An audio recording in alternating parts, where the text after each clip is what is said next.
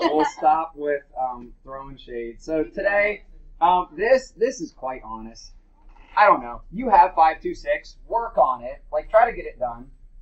But we haven't done the lesson yet. And while I would have loved to have wrapped up that section this week, because 531 is the next lesson after that, I'd rather slow down for a moment, make sure that we're good on the things we need to be good on before we keep stacking more stuff on. So I have a 7-question mini mastery that we need to get started on by the big hand on the 5. So we have like 15 minutes to talk about homework problems. So, diving back into 522's homework, this is 550.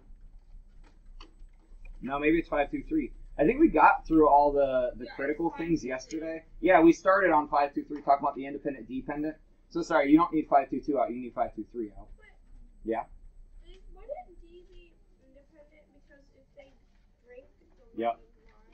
Are you saying wouldn't it be dependent? Yeah.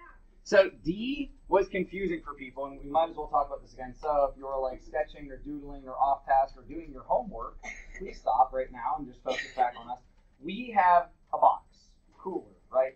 Full of lemon lime sodas. Let's say you bought a 12-pack.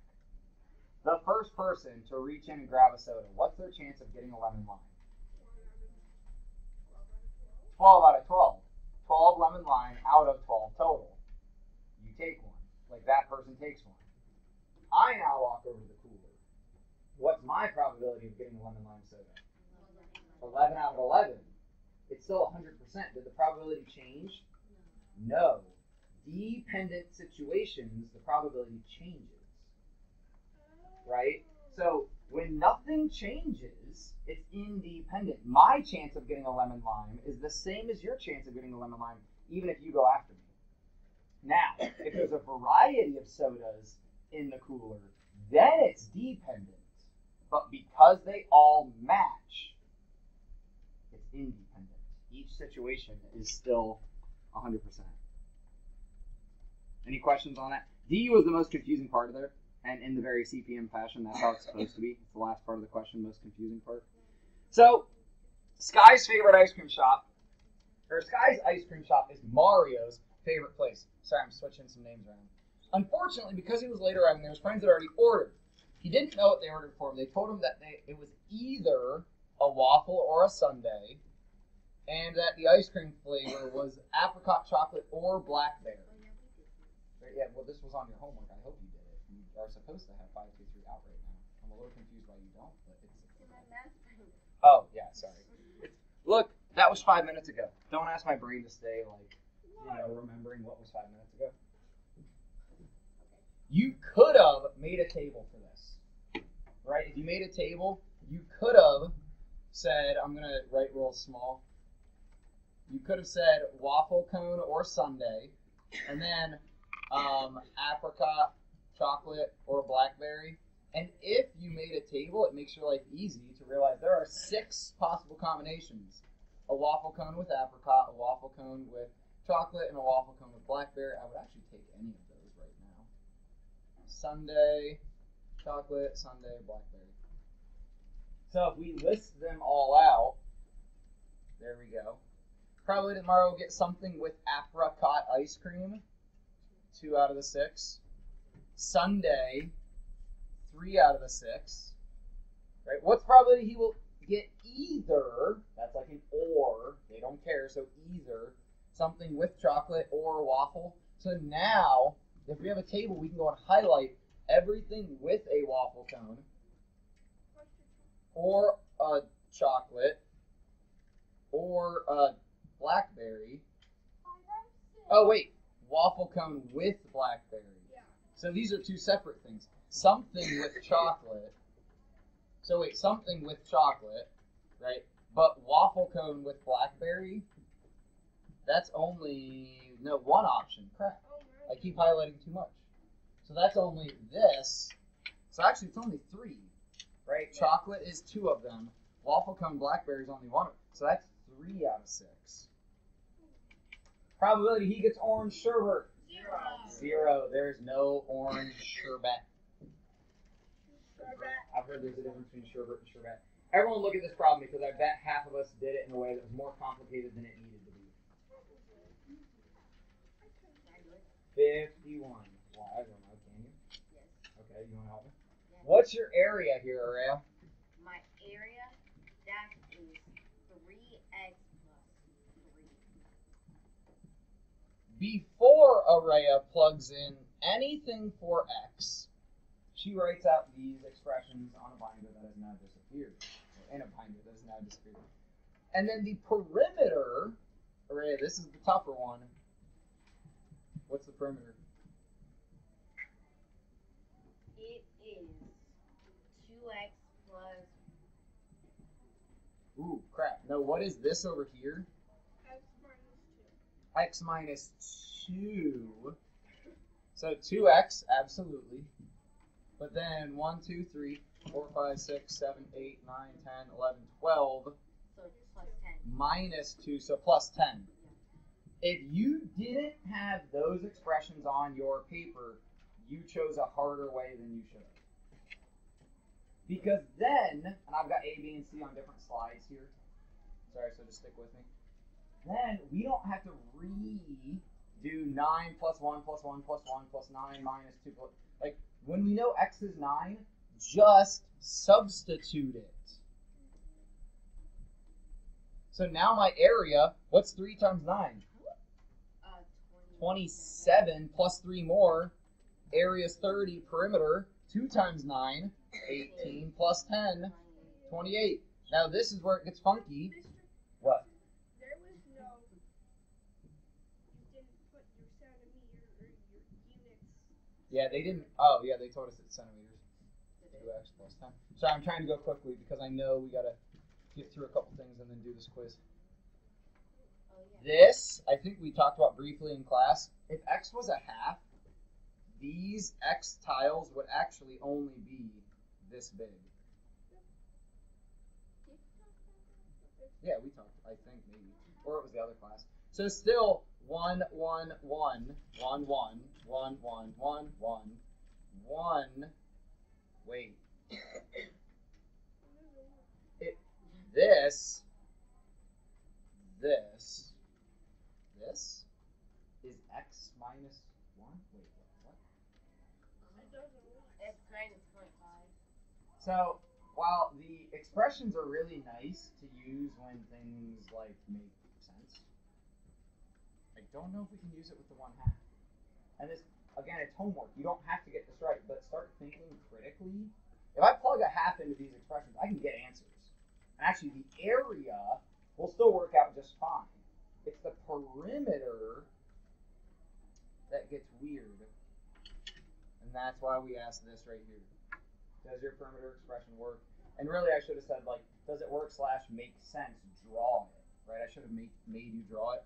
So I still have a 1, 1, 1. I have a 0.5 over here. But I've picked up this length here that I didn't have last time. And we don't actually have this little red section because that's butted up against the other. It's all funky. Wouldn't it be like 0.5? The other side? This would be 1.5. Yeah. This red section. Yeah. So 1, 2, 3, 4, 5, 6, 7, 8, 9, 10, 11, 12, 13, 14 would be your perimeter here. Okay. And then we can plug in 15 just fine. So I'm not going to do that for you, but we could still plug in 15 into these purple equations and it would work out perfectly fine. A couple of you guys, look at your papers, and if you, like, totally didn't engage in this problem and you just, like, slop down some crap, kind of slap yourself on the back of the hand or something, like metaphorically speaking. I'm not, like, going to call people out individually because that's not cool, but some of you think I'm, like, I don't know. I think you don't really think I do what I tell you I do. I look at every single problem that every single one of you do. And that's why sometimes it takes me some time to get your homework back. So when you slop down and answer like 50% and just move on, it kind of hurts my feelings because it's like you don't care enough to engage with this for even like 10 seconds. Because I don't expect you to be this fast at it, but once you get good at these things, this will take you like 10 seconds. But I had a few of us in there that just slopped down some crap answer that I know you knew it was wrong. You just didn't even try. Because you just wanted to write something there and think like, oh, Hudson won't notice.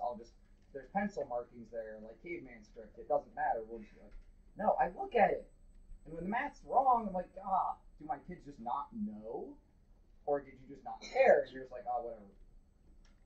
She wants to make how many cards? 40. How many has she made? That's not 50%, guys. We know that, right? We know that. If we set this up, it's 29 out of 40. It's actually almost 75%. Because 30 out of 40 would be, guys, 75% would be okay. If you made a squiggly equals and you said, well, this is almost 30 out of 40, and that would be, that'd be fine. Or you could say, it's probably 73. I don't know, somewhere close. If you approximate, that's okay. But if we want to do it exactly, how do I go from 40 to 100? 2.5, right? It's always multiplication. Always multiplication. Times 2 would be 40, 58, plus another half. Somebody help me. 72.5, thank you. So that's almost 73%, right? That's the percent amount because it's over 100. 72.5%. Questions? I need to get this back to Estes before I forget. It was what had the kids' names on it this morning. No questions here? Not yet. Sorry, I'm still. I'm trying to get through this in the next 3 minutes, and then I will. I promise. Again, here, just like what we did the other day, like terms. So I'm not going to solve these for you, and they're on the quiz. But what's a like term with 4x? 2x. And the 2x, but not 2, right? Because while they can be in the same space, they can't join up together because they're not the same team, right? So the 2 does have a teammate here, though. The 3. Now the part that gets a lot of us, skipping down to C and D. 7x squared, as sad as it is to say, is not friends with 3x. They're like those cousins that might share the same last name, but they don't like each other. They both have X in their name, right? They both do. But as much as you might think they're related, they're not. They don't hang out. They don't come together. They don't join. They're not like terms. Now, fortunately, 7x squared has a twin right here, 7x squared. But 3x doesn't hang out with them. He hangs out with his twin, 3x. I'm trying to make like terms make sense, Mrs. Pettigrew. It runs in the family. And then 4 and 4. Any questions on that? Wait, that would be one.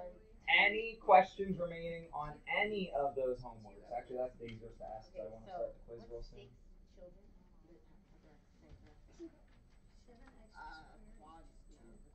What? Sextuplets? Yes. Septuplets is 7.